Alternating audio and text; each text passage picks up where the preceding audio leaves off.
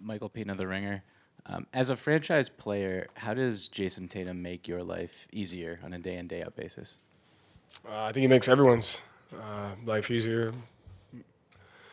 One, because of who he is as a person, type of character they have. I think as your franchise player has to be the cornerstone of what you do. And it starts with his high character, just the way he carries himself, who he is as a dad, who he is as a teammate, his availability. He's there for every single practice, every single game. Loves being coached and just carries himself the best way. So there's no one like him. He's great. Chris, back left. Joe, Chris Mannix, Sports Illustrated. When it's not always easy for a star player to fit into a group of other stars. When Kristaps came here, how quickly did you recognize that he would be able to kind of seamlessly fit into what you guys do? Right away. I mean, I think just all he cares about is winning. Like, I think he's used the experiences that he's had around the league. He's seen a lot. He's seen it all. He's seen success. He's seen tough times, so he knows what the league is all about. And I think at this point in his career, winning's the most important thing. So, but it's both sides, right? Like he had to do his part to fit in, but we had to do our part as a team and guys that have been here before to also, meet him where he's at because of his ability to play at such a high level. So I think it was just both. Tim, back left. Tim Reynolds with the Associated Press. What's the value for you in learning from coaches who aren't in basketball, from studying guys who are successful in other walks of sport life? What is that value for you? I think it's more like the things that lead to success are the same. You're in locker rooms, and regardless of the sport, or even if you're in other companies, everybody's saying the same thing. The things that go into winning, the things that go into success. Toughness, togetherness, connectivity, the mindset you bring. It's all the same. It's just a matter of getting the right group of people in the right spots, and then just working to feed that mentality every single day. So, it's definitely, you can learn from anything and everything. So you try to stay as open-minded as you can. Standing on the left. Joe, Zach Cox, Boston Herald. How is Jayson today different than the player he was when you first got here? He's every year he just has the open-mindedness to get better.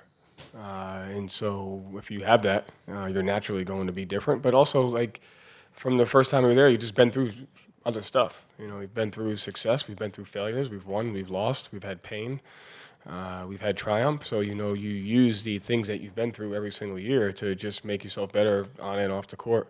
And that's kind of where we're all at as a team, is just using those goods and bad to use us for where we're at right now. Up front. Hey, Joe. Shane Young of Forbes Sports. With Drew defensively, I think a lot of people point out the physical attributes and his capabilities in that regard. But what is he like as a communicator and from the mental side on defense? Yeah, he can process information. He can process situational basketball. He has an awareness to what's going on the court.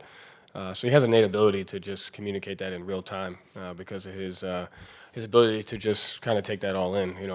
Who has the ball, who's the matchup, where's the help, what's the spacing, who can you help off of, when can you make a play. So he's just got great instincts, and that allows him to kind of just communicate at all times. Gary, next question. Joe, Gary Washburn, Boston Globe. Now that you're so close to the finish of the journey, how are you kind of taking it all in? Are you trying to enjoy this? Are you locked in, focused when you're at home with the kids? Like, how are you kind of digesting hour by hour? Because it's been a long wait. And then before this ultimate kind of cage match you're UFA, see a guy, you can relate to that. Yeah, I would say this is not the end of the journey. The journey is for however long you're alive. So, this is just one piece to that. And regardless of what happens, you got to wake up the next day and do your job. So the journey will, forever be there. So you're just ready for it. So you do everything within your control to prepare for it, mentally, physically, emotionally, spiritually. And then tomorrow you just get after it. And then the game, the environment will tell us what we need to focus on, where we need to get better, what we need to do. But the most important thing is just kind of, staying even keeled and staying poised. And I think that's something our team's done a good job of throughout the year. Second row over here on the left. Hi, Joe. Alder Alma from philstar.com. You've been here before 2 years ago, but as an assistant coach, what has changed in your approach now that you're the head coach, and what did you learn from that NBA Finals experience? Yeah, I had a good seat, had great perspective in that, and I think the biggest thing you learn is like what goes into winning in the NBA Finals is the same as last series before that, regular season, preseason, practice, training camp. It's the details, it's the execution, it's the ability to take your mindset and your body to the next level. The toughest team will win. The team that makes the most plays will win, and the team that can execute the details at a high level will win. And it's no different.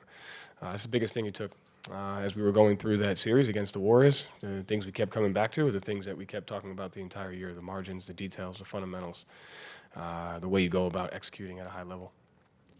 Mark, back right. Coach, Mark Spears, ESPN's Landscape.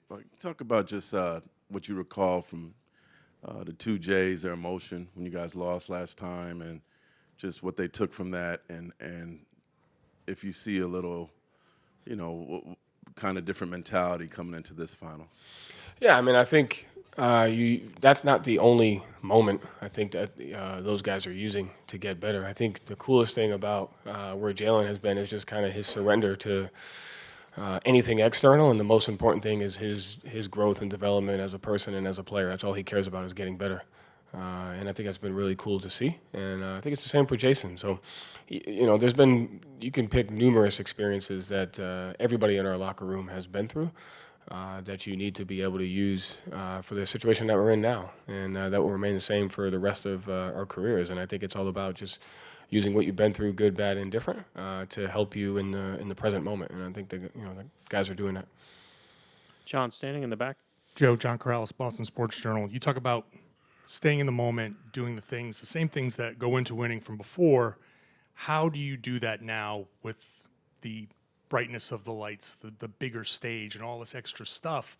How do you stay in the moment? How is that different from the regular season? How do you get the guys to kind of stay in the moment and treat everything the same way? Yeah, I mean, unless they change the light bulbs in the arenas, they won't be any brighter than they were in the last series. And it's just sticking to the details and the things that matter and the truth. The truth of the matter is, if you don't box out, if you don't sprint back in transition, if you don't pass the ball in a 2-on-1, if you don't take away the other team's tendencies, if you don't know who you're guarding, if you don't recognize the spacing, if you don't talk, if you don't play hard, you're not going to win. And it's like focusing on the most simple things and the truth of the matter is you have to do those things. You got to do them at a high level. And, obviously the stakes are higher, but that just means that the details are more important. Michael, last question, third row in the middle. Michael Pina, The Ringer. Joe, what does Brad Stevens mean to you, and what does he mean to this organization as someone who's just been here for 11 years? Yeah, I mean, everybody in the organization is a leader in their own way, and everybody sets the temperature when they come in. Brad giving me my start, hiring me, empowering me from day one as an assistant, and giving me some of the opportunities that he has, but also the way he carries himself. Like I've always had a lot of respect for how he went about coaching, how he kept family and his family balance number one, how he treated people number one, and that was always more important than whether there was a success or a failure. And I think he kind of spearheads the leadership and the temperature of the building just as everybody else does. Thank you, Coach. Thanks.